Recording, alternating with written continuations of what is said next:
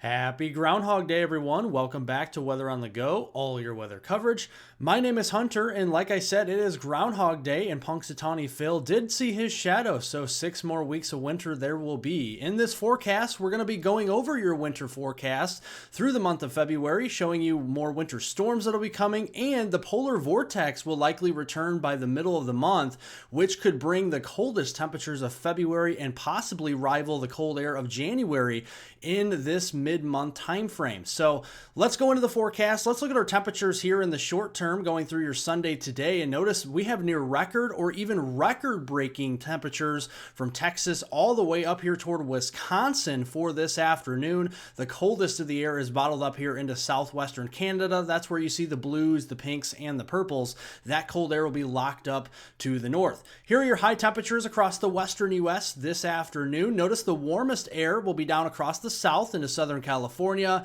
Arizona, New Mexico here. Even areas of Colorado, Utah, and Nevada are going to be in the 60s, 70s, and then further north you go. A lot colder as you go up here toward Montana as you're in closer proximity to that colder air in southwest Canada. Highs up here in northern Montana could be into the single digits and the teens this afternoon. How about the central U.S.? Well, we did show you the near record to record-breaking heat that we'll be seeing from Texas to Wisconsin. We're in the 80s, possibly even 90 degrees in a couple spots in Texas this afternoon. 60-degree line goes all the way north into Nebraska and into Iowa, and we're still cold up here in the Dakotas, especially North Dakota. Highs this afternoon in the single digits, wind chills below zero, northern Minnesota as well in the teens. And as we look over here in the eastern view, still cold up here into Maine, Vermont, New Hampshire, upstate New York, and we're going to be seeing highs in the teens, but definitely a silver lining that we're not going to be as cold as the past few days. So that is definitely a silver lining. And looking at the Ohio Valley, Mid-Atlantic, a lot of areas there in the 40s and the 50s. And then the further south you go toward Alabama, Mississippi, Georgia, South Carolina, but especially Florida, 60s, 70s, and yes, 80s again for southern Florida this afternoon. Let's look at the precipitation as we go throughout the rest of this weekend across the United States. We have the Pineapple Express that continues to bring a lot of moisture in across the parts of Northern California and the west coast of Oregon and into Washington. Some of that moisture trailing into Idaho, Montana, Wyoming here as well. And that will eventually transfer eastward. But look at all of the snow that we see across the west as we go into the afternoon, and look at all the heavy rain. Just a fire hose of moisture here as we go into tonight across northern California. And then going into Monday morning here at daybreak, notice we got more of that continuing in the same areas there of northern California, Oregon, Idaho, Montana, and Wyoming. A little bit of snow over here in the upper Midwest. Could be waking up to some snowflakes in places like the Twin Cities, Duluth over here toward Green Bay, Marquette, Michigan, so we'll be keeping an eye on that as we wake up on your Monday morning. Looking here at the additional snowfall we see between now and your Monday morning commute, could be seeing a solid 1 to 3 inches here across the northern tier that stretches over toward the northeast, and then the heaviest snows in the Pacific Northwest in the higher elevations of, say, the Cascades or the Northern Sierras or the Rockies out here in Idaho, Montana, and Wyoming. We could be seeing a couple of feet of snow between now and Monday morning. Let's look at our temperature anomalies as we go through this new week. So Monday, February 3rd through Saturday, February 8th. Notice the warmest of the air again will be from the Lone Star State of Texas eastward here toward Virginia. And then the coldest of air will take a little bit of a step down to the south from southwestern Canada into the Pacific Northwest. So now we're introducing some pretty cold air into the northwest and northern tier of the United States next week. And that coincides with another very active weather pattern. Look at California here. These blues well above normal precipitation, and that will spread eastward into the Rockies, but then eventually downstream into the Midwest, the Ohio Valley, and the Northeast. Look at the Gulf Coast and the Southeast here, including the Carolinas and Florida. We're going to be below normal with our precipitation. Doesn't mean we'll see none. It just means drier than normal for this upcoming week. Let's talk about the West first, and then we'll move further east. Looking here at Northern California, it's not just going to be a Sunday ordeal. We're going to continue to see this as we go through the new work week. Here Here's Monday going into Tuesday. A lot of moisture here. Very heavy rainfall across portions of northern and central California. The Sierras are definitely going to be lighting up with snow, especially Tuesday into Wednesday. Then we're going to see that moisture kind of dwindle as it moves into Southern California. You guys probably know there's been a lot of wildfires, big drought across Southern California. That's leading to the precipitation kind of dwindling away because the drier ground really not supporting any heavy moisture down there. And then as we go into Thursday, Friday, we get a new storm to bring more rain and snow there to California. And that really continues all the way up into about Saturday, September 8th, before the taps are shut off. So let's look here at the rainfall across Northern California. Here's the additional accumulation that we see between now and next Saturday, February 8th. We could be seeing double-digit rainfall totals here in Northern California, approaching 20 inches still in some areas, and that's on top of what we've already seen. Some of that rainfall will extend inland here into Nevada, Utah, and also parts of the Rocky Mountains out there in the lower elevations. The higher elevations going to get crushed with snow. We could be seeing feet of snow, especially for the Sierras here. Tuesday into Wednesday could be the heaviest period of snow here, and we could be seeing up to an additional 50, maybe 60 inches across these regions. And also don't want to leave out our friends in the Rockies.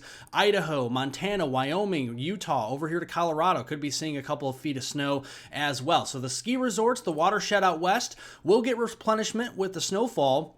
Let's look across the central and eastern U.S. What are we going to see this upcoming week? So we got a little bit of a snow system we mentioned for the Monday morning commute across the Twin Cities toward Green Bay, Marquette, Michigan. That's really far up to the north there. Some snow in southeastern Canada as well. Going into Tuesday, a little bit of a dry period. Got a little bit of moisture, maybe some lower dense fog, also some drizzle down here in East Texas, southern Arkansas, Louisiana, Mississippi as we go into Tuesday. That's as warm air advection moves up to the north. And then as we go into midweek, Wednesday, February 5th, we have to watch this storm as it comes together across the Midwest. It is signaling the potential for some freezing rain and sleet from eastern Nebraska into Iowa, northern Missouri, into northern Illinois, and this could produce potentially an ice storm somewhere across the Midwest as we go from Wednesday into Wednesday night and then into Thursday as well. So that'd be February 5th into the 6th, and that ice storm potential could be moving further east. Cold air damming across New York State down into the Poconos of Pennsylvania. Maybe even as far south as Maryland could give us some ice as we go into Thursday morning. All rain, maybe some severe weather on the southern side in the lower Ohio River Valley. The snow zone going to be further north into the upper Great Lakes there later on in the week. And then that system will exit, probably producing some pretty heavy snows in the Great Lakes, but also Ontario and Quebec. And then look at right on its heels, we have another system across the west coast. Let's look at the potential for severe weather. This is what you call CAPE, convective available potential energy. The higher the value, the higher the chance for thunderstorms, and thus higher the chance for severe weather. When you're usually over 1,000 joules per kilogram, that is enough for severe thunderstorms with damaging winds, hail, and tornadoes to be monitored. And we actually have those values over 1,000 joules per kilogram in scattered instances across Missouri, parts of the Illinois Valley over here into Indiana and Kentucky. So that's an area to watch as we go in through the new week, especially mid to late week. This system could be producing also some heavy moisture in the form of rain. We could be seeing over an inch of rain for parts of the Ohio River Valley as we go through the new week. And then looking at the ice storm potential, could be a pretty significant ice storm somewhere up here from Iowa into northern Illinois, southern Wisconsin, and into Michigan. That could transfer eastward here into the Northeast and parts of the Mid-Atlantic as that cold air damming brings a little bit more of that freezing rain sleet potential further down to the south into central and eastern PA, including the Poconos and into portions there of Maryland and also the Appalachians there in West Virginia as well. Let's look at the snowfall potential. That'll be pretty far to the north. The coldest of the air will be across southern and southeastern Canada, the upper Great Lakes region. That's where we could be seeing a few to several inches of snow. Some of these areas over 6 inches easily, maybe even over a foot near the Great Lakes with the lake effect snow potential and lake enhancement to some of the snow through the week. Now let's talk about something else as well. It's called the sudden stratospheric warming event. And that is something we could be seeing with our polar vortex as we go into the middle of this month. And notice right now, it is kind of bottled up as a kind of a bowling ball across the Arctic. And usually when it's looking like this, It's a strong polar vortex. And when you have a strong polar vortex, it doesn't bring cold air southward. So look at the United States, a lot of orange down here. That's all the mild air we're seeing current time. As we go into the middle of next week, we're going to fast forward all the way to Wednesday. Notice what happens here. The polar vortex almost kind of splits, but not quite. It's stretching, right? It's stretching here from Russia all the way down here into portions of Canada, and that is really going to bring some cold air down and further south into at least northern, maybe even central Canada by the middle of next week. Watch what happens beyond there. By next weekend, we still see that stretching occurring. And then as we go into the following week, by Wednesday, February 12th or so, look at the warming happening across Alaska, the Aleutian Islands, and northwest Canada, also over here in Eurasia as well. And we definitely have the potential for a polar vortex split, which this is going to warm up the stratosphere, and that would be the sudden stratospheric warming event that would dislodge really cold air down here into the Canadian prairies and also into the United States, similar to what we had, and maybe even worse than what we had as we go in towards the middle of February, worse than what we had in January. So let's look here at the second week of February, and notice the ensemble guidance is really hinting at some really frigid air. You see the deeper blues, pinks, purples here diving from Canada into the United States, and it doesn't stop. It goes all the way down into Texas and parts of the Gulf Coast states here and up toward the Northeast. So this could be some widespread Arctic air and Siberian air as well. And looking here at the active jet stream, we could be getting us some pretty active weather across the east. We have a lot of precipitation. This is the Euro ensemble guidance.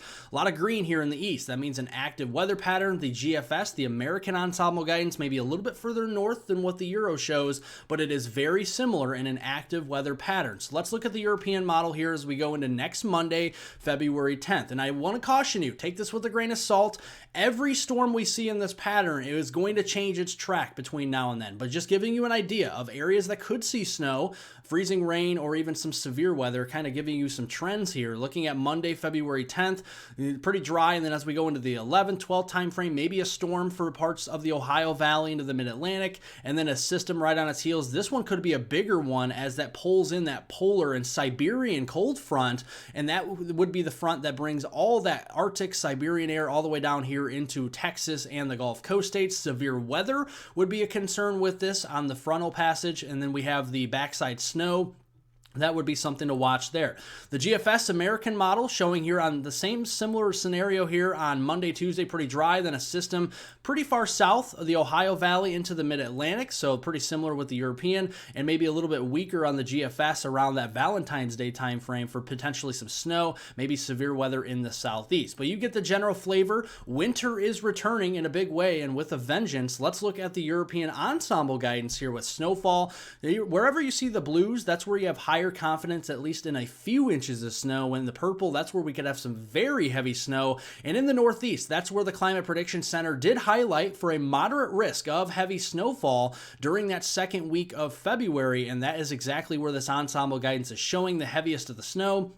And then looking at the GFS ensemble, the American ensemble guidance, very similar placement and with the deeper blues across the Northeast as well and stretching all the way back into the plains. So looking at the third week now of February, once we lay down some of that snow potentially, definitely could be a very cold look and much colder than this map is showing potentially, depending on how that sudden stratospheric warming event and if the polar vortex splits as we go into the middle of the month. These orange anomalies could be eliminated across the Gulf Coast. If that does occur, that could pull the below normal temperatures a little bit further to the south than what you see on this map.